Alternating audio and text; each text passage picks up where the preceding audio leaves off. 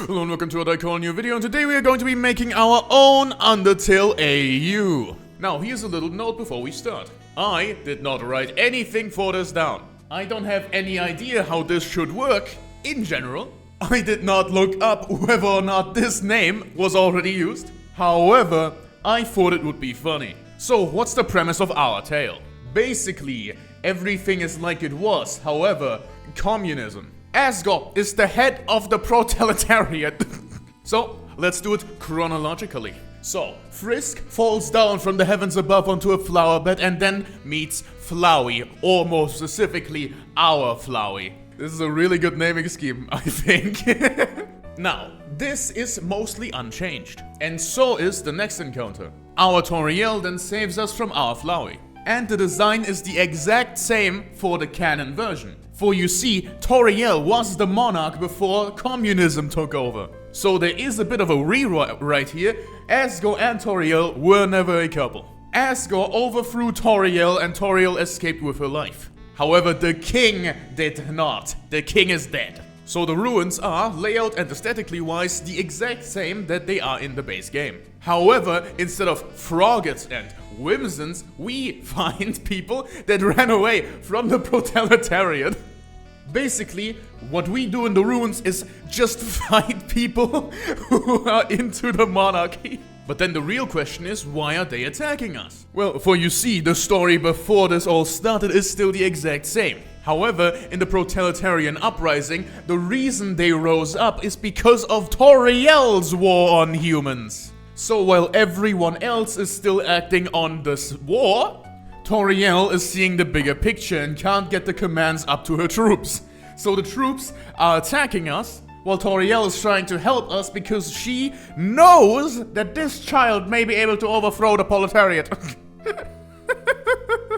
So anyways, instead of giving us a home, this Toriel instead decides to do something very different. When we ask to leave the ruins, she then says, you have to defeat me in a fight for training purposes, because if you want to go out there to the communist proletariat, then you're gonna have to know how to fight. And the way to spare her is by beating the shit out of her. She'll have a Papyrus-like mechanic, where you can't actually kill her until she spares you. At which point you can then do the pacifist or the kill, you know, as you diddly do. But we're gonna go through the pacifist route. We leave the ruins. Our Flowey has a single conversation with us and is kinda like confused as to what the fuck we're doing. And says that they'll keep an eye on us. And suddenly we have to deal with our Sans, because we are going through the goddamn woods and you do love to see it. However, then we get approached by Sans in the exact same way we are approached in the actual game. Because you see, this Sans also has a secret of Toriel. This Sans is a spy, one of the highest ranking officials within the resistance group. Sans already knows of her plan and therefore is not attacking us. However, he doesn't really consider us a worthwhile investment. Because frankly, sending a child to the front lines isn't the greatest idea Toriel's ever had. But an objective is an objective. Sans doesn't kill us, and we'll have to deal with his bony brother. And here we see the first character that is very much different from the rest. And especially from the original counterpart. For you see, this Papyrus isn't happy-go-lucky. He doesn't openly love puzzles anymore, because you see, the fear-mongering that the proletariat has done has made Papyrus a very, very sad boy. Papyrus wishes to join the MIU, the Monster Intelligence Unit.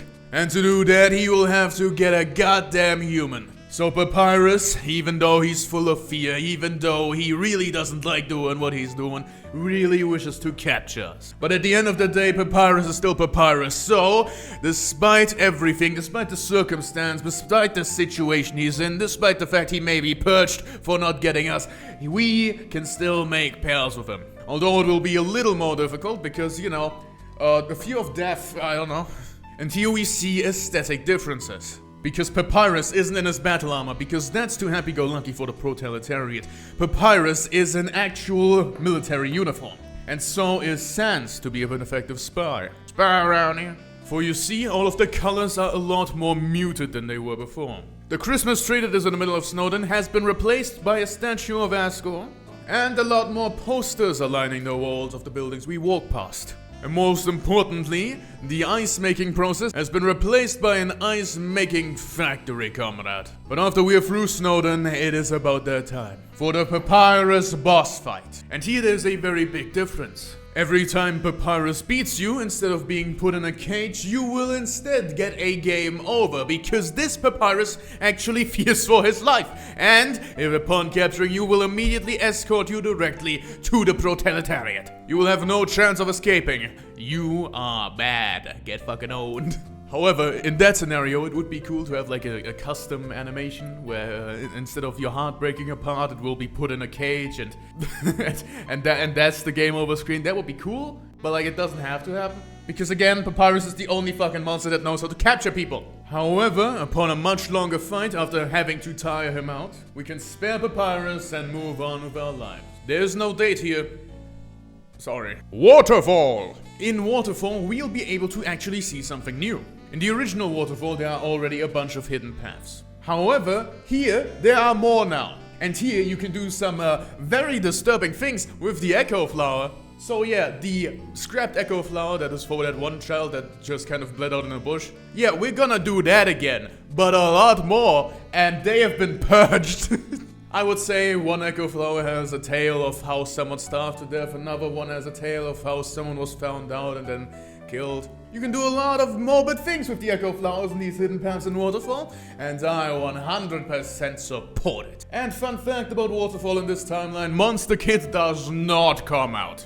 If you talk to Monster Kid in Snowden Town, you actually hear Monster Kid say, I don't much like this regime, or the people in charge are scary.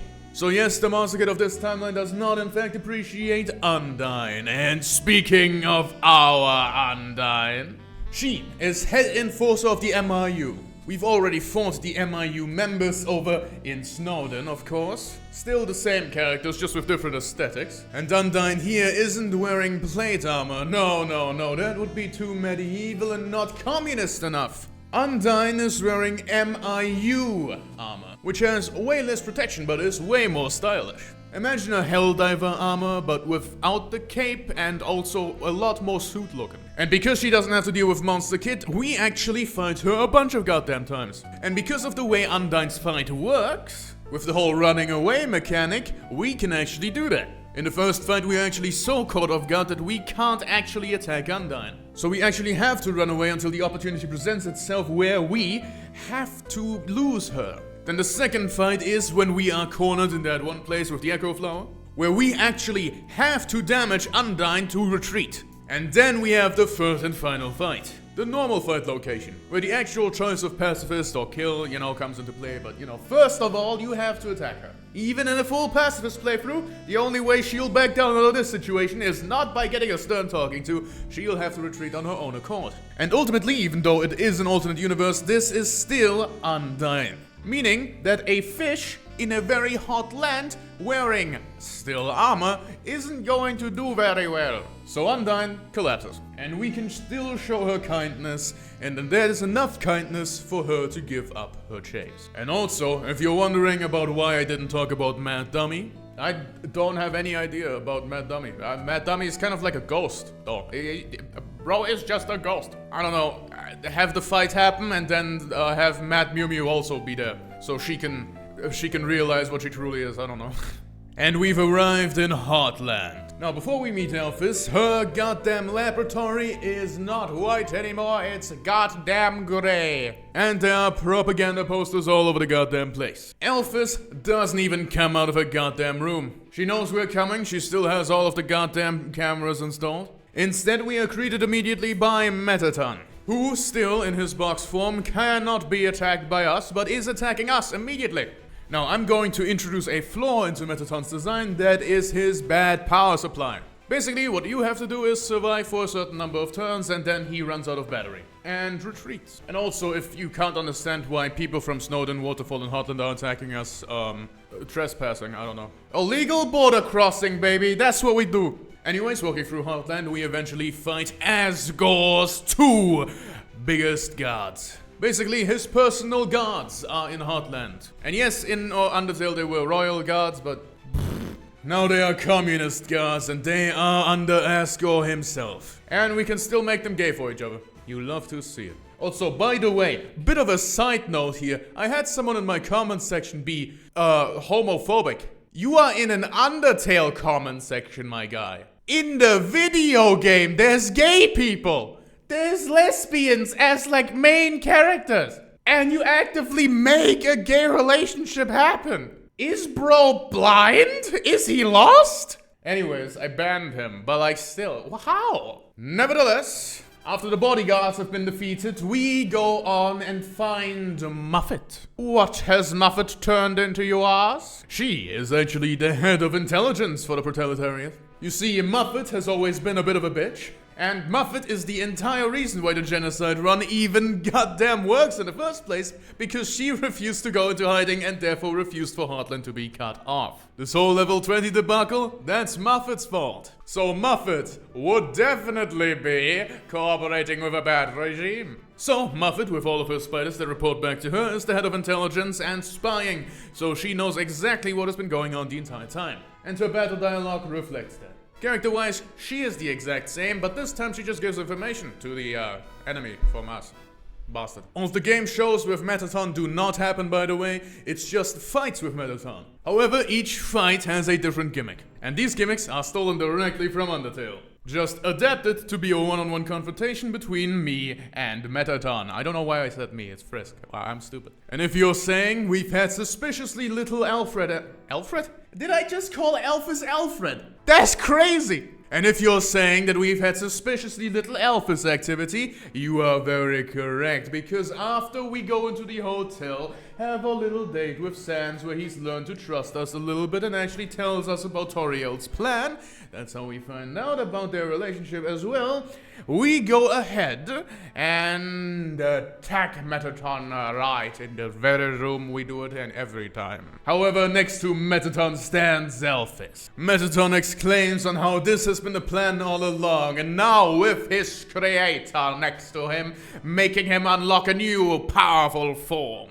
he will finally be able to best you human. And I'm imagining we still have one gimmick fight left. However, the sprite for Metaton has changed because this time Elphys is on Metaton's back like get his ass, come on, get his ass. But as soon as Metaton runs low on power, the switch is flipped. We get Metaton Hex! At which point, unfortunately, Elphys has to leave Metaton's back. However, the EX form has better power consumption and therefore doesn't have to have a power problem. So, while we fight mainly Metaton, Elphys is in the background doing like small attacks with a gun, I don't know. Going for that laser pistol assist. Nevertheless, we can still dance Metaton to death. But then, as soon as Metaton is out of the equation, if we kill them or not, Elphys comes in the foreground. And we could just spare Elphys. Like, Elphys is a scientist. You can't do nothing. Like, you can immediately spare her, or you can one-shot her. Your choice. And it's time for the final place. Firstly, new home. And this new home isn't actually Asgore's house. Because remember, Toriel and Asgore were never married. This is Toriel's old home. And because of the violent revolution that just occurred, new home is entirely wrecked. We basically walk through a destroyed, ransacked home. While the story of this world is confirmed to us, the things I've been saying for the past, at this point I've been recording for 35 minutes, are then told to us by everyone. At least in the Papyrus route they are. We then go into the final corridor where we meet Sans. He then tells us again about the critical mission we are trying to accomplish here, but tells us that ultimately whatever we decide to do is our choice, as we've never hurt anyone in our journey so far. He can tell. He never explains levels, but it's implied that he knows about them. And finally, Asgore. Before we go into Asgore's room, we actually find the royal chairs. Both of them completely destroyed, just right outside of the throne room. And as soon as we go into the throne room, we are actually met with a new, remodeled room. The room of the chairman himself, comrade. Chairman Asgore sits in his throne. Metaphorical, he just sits in his chair. Looks at us and sees his enemy. He has been told of an anomaly. Perhaps he is looking it straight in the eye. He stands up and does not even bother going to the final barrier. And the fight begins. He has heard of the anomaly being merciful, so he destroys the mercy button. This is a fight to the death, and there's nothing any of you can do about it. And you fight, and you fight on. Your determination wins through it in the end. Asgore dies, and Flowey shows up. Flowey makes a little comment saying that he was hoping to do this to his father, but unfortunately he came too late. Asgore's soul is destroyed and the other human souls are absorbed. And here, absolutely nothing changes. Photoshop Flowey is the exact same. It's still the same souls. The underground was only recently taken over by communism. I don't know why it should change. But here is the interesting thing. Because of the way this world works, there is no way to do true pacifist. See, although the timeline is basically the same with only a single thing wrong with it, I don't think Alphys would be even able to do the determination experiments. And therefore we wouldn't be able to stall for enough time for Toriel to come in as well. And besides, Toriel wants to defeat communism. So yes, Photoshop Flowey is the best outcome. Communism has been overthrown, the Queen returns, and we die because we couldn't get Asgore's soul. Unlucky.